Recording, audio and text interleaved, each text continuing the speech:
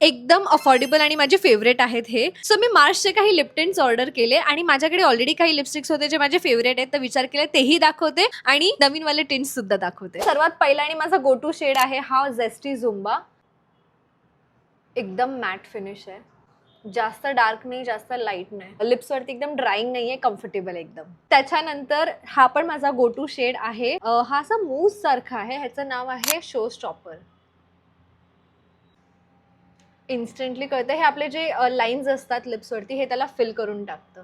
एकदम long lasting आहे, खूपच सुंदर वाटतो हा शेड पण. त्यानंतर हे 2 टिंट्स आहेत. हा वाला कलर ना मला PR मध्ये मिळाला होता आणि जेव्हा मी याला अप्लाय केलं इतका कम्फर्टेबल आहे हा लिप्सवरती. खूपच असा ब्राईट आणि फ्रेश कलर, एकदम मस्त वाटतं. आता मी ह्याला वाईप केलंय लगेचच, बट स्टील एवढा कलर सोडलाय. सो इमॅजिन की थोड्या वेळानंतर हा निघाल्यावर किती कलर स्टेन राहील. आता अनदर शेड, ह्याचं नाव आहे वन लव्ह. तर मी याला जास्त नाही ठेवणार आहे, बट एकदम ड्राय झालेलं आहे आणि फेसवरती छान ग्लो आलाय.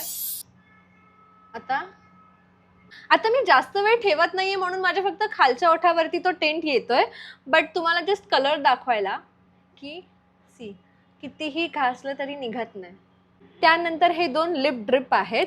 सो हे ग्लॉसी टिंट आहे आणि हे स्टिकी नाहीये बाकी लिप ग्लॉसेस सारखं. मे बी हे असं वॉटरी ऑइली टेक्स्चर असतं ना तसं आहे. तर या शेडचं नाव आहे कोकोआ ड्रिप. हे नोटीस केलंय की हे वाले जे टिंट्स आहेत ना हे त्या वेल्वेटी टिंट्स पेक्षा लॉंग लास्टिंग आहे. हा शेड मला इतका नाही आवडला, like this is not my shade. तुम्हाला जर पिंक टोन्स आवडत असतील लिपस्टिक मध्ये then you can go for this. ह्याचं नाव आहे क्रॅनबेरी ड्रिप.